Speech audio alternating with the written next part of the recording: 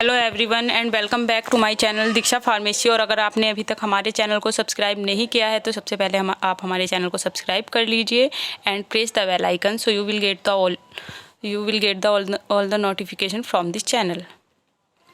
और हमने previous video में बात की थी गैस्ट्रोरिटेंटिव ड्रग डिलीवरी सिस्टम की, जो कि आप हमारे चैनल पर प्लेलिस्ट है, वहाँ पर जाकर चेक कर सकते हैं और अच्छे से स्टडी कर सकते हैं। और आज हम अपना थर्ड चैप्टर स्टार्ट करने वाले हैं, यूनिट थर्ड का, नेज़ोपल्मोनरी drug delivery system.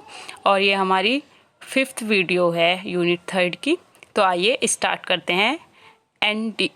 NDDS nasopulmonary drug delivery system. तो नेज़ोपल्मोनरी ड्रग डिलीवरी सिस्टम क्या होता है? नेज़ोपल्मोनरी ड्रग डिलीवरी सिस्टम होता है हमारा जैसे कि एंशियंट टाइम में, मतलब कि प्राचीन समय में, the Indian ayurvedic system of medicine use nasal route for administration of the drug and the process is called as nasya. जो हमारा प्रीवियस टाइम था, एंशियंट टाइम था, तो वो क्या कहलाता है? हमारा जो नेज़ल रूट है, नेज़ोपल्मोनरी ड्रग डिलीवरी सिस्टम जिसको हम आजकल कह रहे हैं, उसे क्या कहते थे? नासिया कहते थे संस्कृत में। तो intranasal drug delivery is now recognised to be a useful and reliable alternative to oral and parental routes. हमारे क्या होते हैं? मेनली ओरल और पेरेंटल रूट से, मीन्स इंजेक्शन के थ्रू या ओरली जो मेडिसिन हम लेते हैं उसके थ्रू। लेकिन ये क्या है, एक नए टाइप का जाना जाता है कि हम किससे ले रहे हैं? अपनी नोज़ से ले रहे हैं, नाक से ले रहे हैं। तो ये पहले जाना जाता था, कोई ये नई खोज नहीं है, ये क्या है, प्राचीन टाइम से हम यूज़ कर रहे हैं इसको। तो पहले इसे किस नाम से जानते थे? नासिया से, आयुर्वेदिक में। और अब इसको कह रहे हैं हम नेज़ोपल्मोनरी ड्रग डिलीवरी सिस्टम। आपने देखा होगा जैसे विक्स इनहेलर वगैरह हैं, तो ये सब क्या है? हमारे नेज़ोपल्मोनरी ड्रग डिलीवरी सिस्टम है। तो undoubtedly the intranasal administration of medicine for the symptomatic relief and prevention. तो हम नेज़ल रूट का यूज़ किस लिए कर रहे हैं? सिम्प्टोमेटिक रिलीफ के लिए। जैसे कोल्ड हुआ है या और भी कोई हमारी प्रॉब्लम है, तो अगर हम क्या है, अनेबल हैं, किसी अदर रूट से मेडिसिन नहीं ले सकते, इंजेक्शन नहीं ले सकते, तो उसके लिए क्या है, हमारा फिर नेज़ल रूट है या कोई मेडिसिन है हमारे पेरेंटल रूट से वो दी नहीं जा सकती और ओरली वो क्या हो रही है, डेस्ट्रॉय हो रही है। तो उसके लिए हमने क्या किया, नेज़ल रूट बना दिया। और उससे क्या हुआ, हमारा बायो अवेलेबिलिटी बढ़ गई ड्रग की और ड्रग डायरेक्टली ब्लड स्ट्रीम में पहुंच रही है। तो इसलिए इसको बनाया नेज़ोपल्मोनरी ड्रग डिलीवरी सिस्टम को। ठीक है। However, recently the nasal mucosa has seriously emerged as a therapeutically viable route for the systematic drug delivery। ये क्या होता है? थेराप्यूटिकली क्या है? जो हमारा नेज़ल म्यूकोसा है, हमारे नॉस्ट्रिल्स के अंदर है, वो क्या है, एक बहुत ही अच्छी तरह से, लेकिन कभी कभी क्या होता है, वो ज़्यादा सेंसिटिव हो तो हम उसको नेज़ल रूट से नहीं दे सकते। ये इसका डिसएडवांटेज भी हो सकता है। तो nasopulmonary drug delivery system I think आपको समझ में आ गया होगा कि ऐसी मेडिसिन जो हम क्या कर रहे हैं, नॉस्ट्रिल से ले रहे हैं, नोज से ले रहे हैं, उसको क्या बोलते हैं? Nasopulmonary drug delivery system. ये आप अच्छे से स्टडी कर सकते हैं, बहुत अच्छे से लिखा हुआ है। तो क्या है, in general among the primary targets for intranasal administration are pharmacologically active compounds with poor stability in GIT fluids. वही जो मैंने आपको बताया कि जीआईटी, वही जिनकी क्या है, पुअर स्टेबिलिटी है जीआईटी फ्लूइड में, तो इसलिए वो क्या कर रहे हैं, हम नेज़ोपल्मोनरी ड्रग नेज़ल सिस्टम से ले रहे हैं वो मेडिसिन, हम जिनको हम क्या बोलते हैं, नेज़ोपल्मोनरी ड्रग डिलीवरी सिस्टम। तो the nasal delivery seems to be a favourable way to circumvent the obstacles for blood brain barrier allowing the direct drug। तो क्या होता है, जो हमारा ब्लड ब्रेन बैरियर है, कुछ मेडिसिन क्या है उसको क्रॉस नहीं कर पाती हैं, तो हमारा जो नेज़ल रूट है उससे क्या होता है, वो ट्रिपल बी को आसानी से, ब्लड ब्रेन बैरियर जिससे कि उसको क्या करती हैं, आसानी से क्रॉस कर जाती हैं। जो हमारी मेंटल इलनेस की मेडिसिन होती हैं वो नेज़ल रूट से हम ज़्यादा देना मतलब ज़्यादा प्रीफर करते हैं। जैसे क्या हुआ, पेप्टाइड्स हुए, प्रोटीन्स हुए, और क्या हुई, पोलर ड्रग्स हुई। तो ये सब क्या है, हमारी नेज़ल रूट से ज़्यादा प्रीफर की जाती हैं। अब इसके हम कुछ एडवांटेज देख सकते हैं कि एडवांटेज क्या है, हिपाटिक फर्स्ट पास मेटाबॉलिज्म नहीं होगा, रैपिड ड्रग एब्जॉर्प्शन होगा, बायो अवेलेबिलिटी बहुत अच्छी होगी, और क्या है, BA for smaller drug molecules is good bioavailability, BA मतलब बायो अवेलेबिलिटी है, इस शॉर्ट में लिखा हुआ है। स्मॉलर ड्रग के मॉलिक्यूल्स के लिए बहुत अच्छी होगी, कन्वेनियंट है, ऐसा नहीं है कि न्यू यूज़ में है, हम पहले से ही यूज़ कर रहे हैं, प्राचीन टाइम से इसको नासिया बोला जाता था, मैंने इंट्रोडक्शन पार्ट में बताया इसके। Drugs processing poor stability GIT fluids given by nasal route, ठीक है, जो GIT फ्लूइड से हमारी मेडिसिन डिस्ट्रॉय हो जाती हैं तो उनको क्या कर सकते हैं, हम नेजल रूट से दे सकते हैं। इजी है, कन्वेनियंट है, इजीली एडमिनिस्ट्रेड की जाती है, ऐसा नहीं कि हम ले रहे हैं तो हमें बिटर लगेगी या कुछ है, कुछ भी ऐसा इसके साथ नहीं है, ठीक है। तो ये थी उसके एडवांटेज। अब एडवांटेज है तो ऐसा तो होगा नहीं कि उसकी कुछ डिसएडवांटेज नहीं होंगी, तो डिसएडवांटेज भी हैं। पैथोलॉजिक कंडीशन जैसे कि ज़्यादा कोल्ड है तो क्या है, आप नेज़ल रूट से नहीं ले सकते। एलर्जी हो रही है आपकी नोज़ में तो बहुत ही आपकी सेंसिटिव होती है नेज़ल म्यूकोसा, उसकी लेयर पे आप नहीं, मतलब आप अगर नेज़ल रूट से मेडिसिन ले रहे तो वो उसको इंजर्ट कर सकती है, ठीक है। तो ये इसका साइड इफ़ेक्ट है। उसका बाद the histological toxicity of absorption enhancer used in nasal drug delivery system is not yet clearly established, जो कि कुछ टॉक्सिसिटी होती है मेडिसिन्स में, सभी में होती है, तो क्या हो सकता है, वो डेंजर हो सकती है हमारी नेज़ल में जो लेयर होती है नेज़ल म्यूकोसा उसके लिए, ठीक है। एब्जॉर्प्शन में उसकी रिलेटिविटी इनकन्वीनियंट टू पेशेंट, ऐसा नहीं है सभी उसको आसानी से ले ले, कुछ को प्रॉब्लम भी होगी।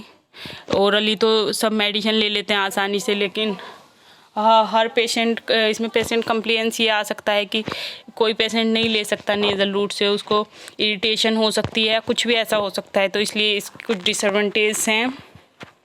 उसके बाद since there is a possibility of nasal irritation, वही बात है कि नेज़ल इरिटेशन हो सकती है उसको, nasal cavity provides smaller absorption surface area when compare to GIT।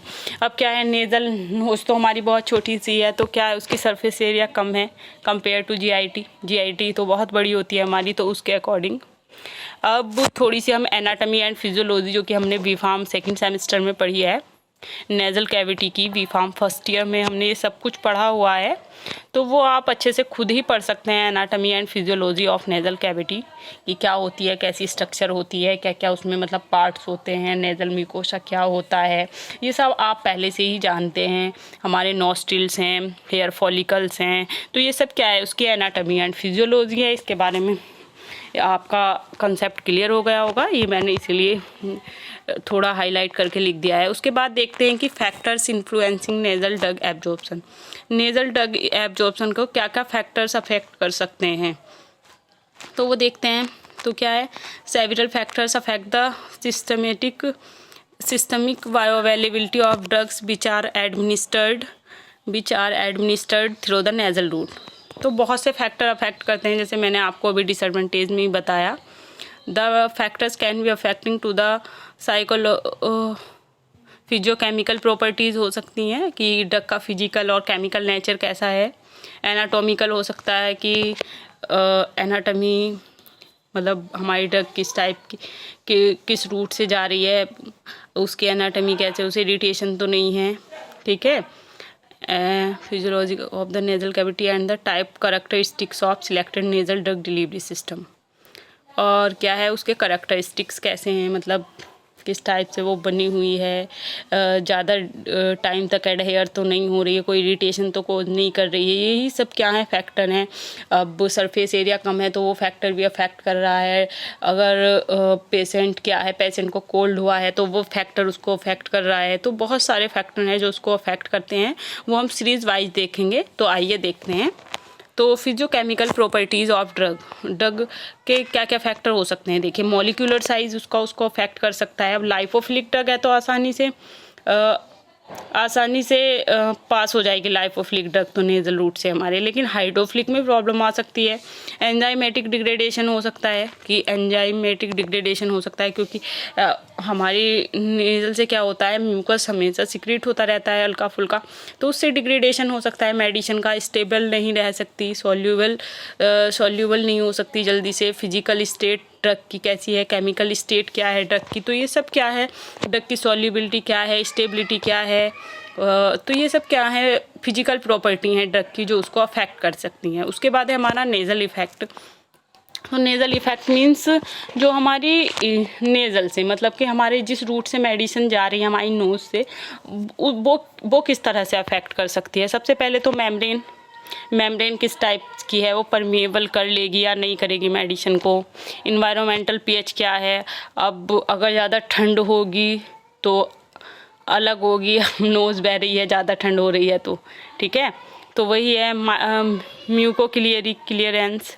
ऐसा तो नहीं है कि आपके नोस्ट्रिल्स में ज़्यादा मतलब गंदगी भरी है या पेशेंट, मतलब जो पेशेंट उसको ले रहा है तो वो कोल्ड हो रहा है, ब्लड फ्लो अच्छा नहीं है, तो ये क्या है, सब नेज़ल इफ़ेक्ट हैं। अब इफ़ेक्ट जो ड्रग फॉर्मुलेशन हम बना रहे हैं उससे रिलेटेड क्या है, फॉर्मुलेशन की कंसंट्रेशन क्या है, पीएच क्या है, ऑस्मोलिटी क्या है, डिलीवरी किस तरह से मतलब उसको डिलीवर किया जा रहा है, ड्रग डिस्ट्रीब्यूशन क्या है, उसकी विस्कोसिटी कैसी है, ज़्यादा विस्कस है या कम विस्कस है, उसमें एक्सिपिएंट क्या क्या यूज़ हो रहे हैं फॉर्मुलेशन में।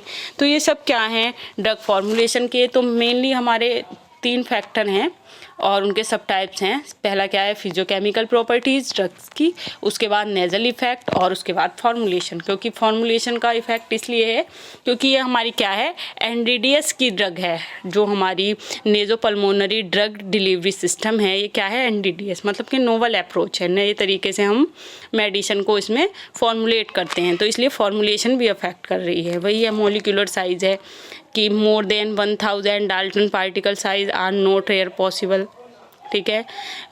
1000 डाल्टन से अगर पार्टिकल साइज ज़्यादा है तो वो पॉसिबल नहीं होगा, और less than 1000 Dalton larger molecule size particles can not absorb, ठीक है।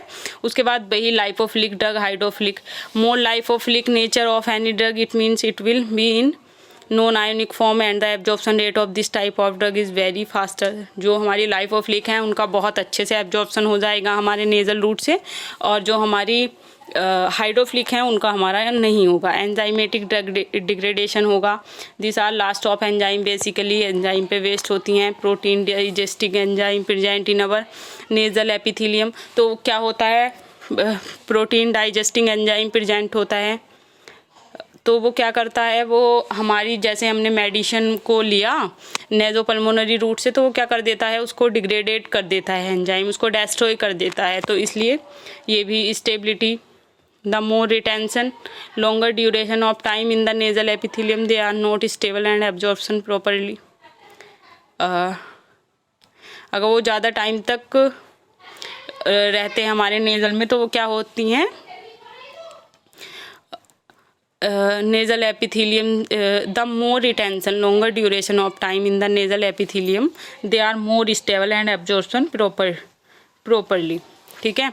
तो स्टेबिलिटी कैसी है ड्रग की, ऐसा तो नहीं है कि रखी और ख़राब हो गई, ऐसा नहीं होना चाहिए, तो मोर स्टेबल होनी चाहिए जिससे कि वो थोड़े टाइम तक रुके नेज़ल में तो बेहतर एब्जॉर्ब होगी, ठीक है।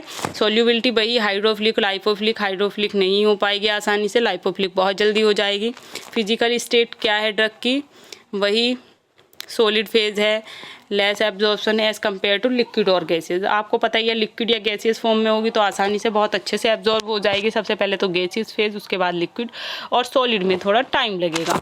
उसके बाद केमिकल स्टेट क्या है ड्रग की, केमिकल स्टेट मीन्स वही आयनिक और नॉन आयनिक, जो हमारा सॉल्युबिलिटी का मैटर है कि हाइड्रोफिलिक नहीं हो पाएगी आसानी से, और लाइपोफिलिक बहुत आसानी से हो जाएगी। उसके बाद नेज़ल इफेक्ट, मेम्ब्रेन परमिएबिलिटी, वही एपिथेलियम है membrane drug permeable, more in non ionic form, वही है कि नॉन आयोनिक वाली ड्रग जो होगी वो बहुत आसानी से पास हो जाएगी हमारे नेज़ल म्यूकोसा से, और जो हमारी आयोनिक फॉर्म में होगी वो नहीं हो पाएगी। इन्वायरमेंटल पीएच ये मेंटेन रखा है, ऐसा हो सकता है कि एसिडिक पीएच पे या बेसिक पीएच पे कुछ मेडिसिन ख़राब हो रही है। Muco clearance, hairs follicles, hairs ज़्यादा ना हो हमारी नोज़ में, क्योंकि वैसे ही बहुत सरफेस एरिया कम है तो वो उसको अफेक्ट करता है। कोल्ड रिहेंटेज, जुकाम वगैरह ना हो। ब्लड फ्लो भी अफेक्ट करता है, in high blood flow the absorption should be high, high blood flow होगा तो एब्जॉर्प्शन हाई होगा। इफेक्ट ऑफ ड्रग फॉर्मुलेशन, अब ड्रग फॉर्मुलेशन के इफेक्ट आ गए। Pulmonary route of drug delivery, pulmonary of drug delivery जो पल्मोनरी रूट है। Respiratory tract is one of the oldest routes for drug administration. Respiratory tract बहुत पुराना है, ये जो हम नेजल रूट यूज़ कर रहे हैं इसको क्या, तभी तो इसको पल्मोनरी रूट बोल रहे हैं। Has been use to treat various respiratory disease, asthma वगैरह की जो मेडिसिन होती हैं, तो क्या इन सब में क्या यूज़ होता है हमारा, नेजल यूज़ होता है, नेजल रूट ही। तो using device like dry powders, pressurise meter, dose inhalation, तो ये सब क्या होते हैं, यूज़ होते हैं। तो इनसे बहुत अच्छे से हमारी मेडिसिन हमारे सिस्टमिक सर्कुलेशन तक चली जाती है, ठीक है। और अगर किसी वजह से इनहेलर्स ना हो, ऐसे ही लगा रहे हो, तो उसमें थोड़ा टाइम लगेगा, तो इसलिए फॉर्मुलेशन अफेक्ट करती है। पेप्टाइड्स और प्रोटीन्स के लिए मेनली ये रूट होता है हमारा। पेप्टाइड्स और प्रोटीन्स हम नेज़ोपल्मोनरी रूट से बहुत अच्छे से एब्जॉर्ब कर पाते हैं, क्योंकि वो हमारे गैस्ट्रिक सिस्टम में क्या हो जाते हैं, डिस्ट्रॉय हो जाते हैं एसिडिक नेचर की वजह से। उसके एडवांटेज हैं कुछ। The route provides local action in the respiratory tract. Respiratory tract जो हमारी ट्रैकिया है, जो हमारी श्वास नली है, उसमें क्या है, लोकल एक्शन भी प्रोवाइड कर जाता है। अगर उसमें कोई इन्फेक्शन है या कुछ इंजरी है तो ठीक है। This routes provides rapid drug action, rapid drug action होता है। This route provides reduce dose, this routes reduce the systemic side effect. Systemic में जो साइड इफेक्ट होने हैं मेडिसिन खाने से, वो सब इससे क्या हो जाते हैं, बंद हो जाते हैं, और क्या हो जाती है, डोज भी कम हो जाती है। उसके बाद डिसएडवांटेज क्या है इसके, duration of activity is short due to the rapid removal of drug. Duration of action बहुत कम है फ्रॉम द लंग्स और ड्यू टू ड्रग मेटाबॉलिज्म। बहुत कम ड्यूरेशन ऑफ एक्शन है, एकदम से गई और एकदम से एक्सक्रीट आउट हो जाती है बॉडी से, मतलब कि गई और अब उसका इफेक्ट ख़त्म हो जाता है बहुत जल्दी से। And thank you so much for watching this video.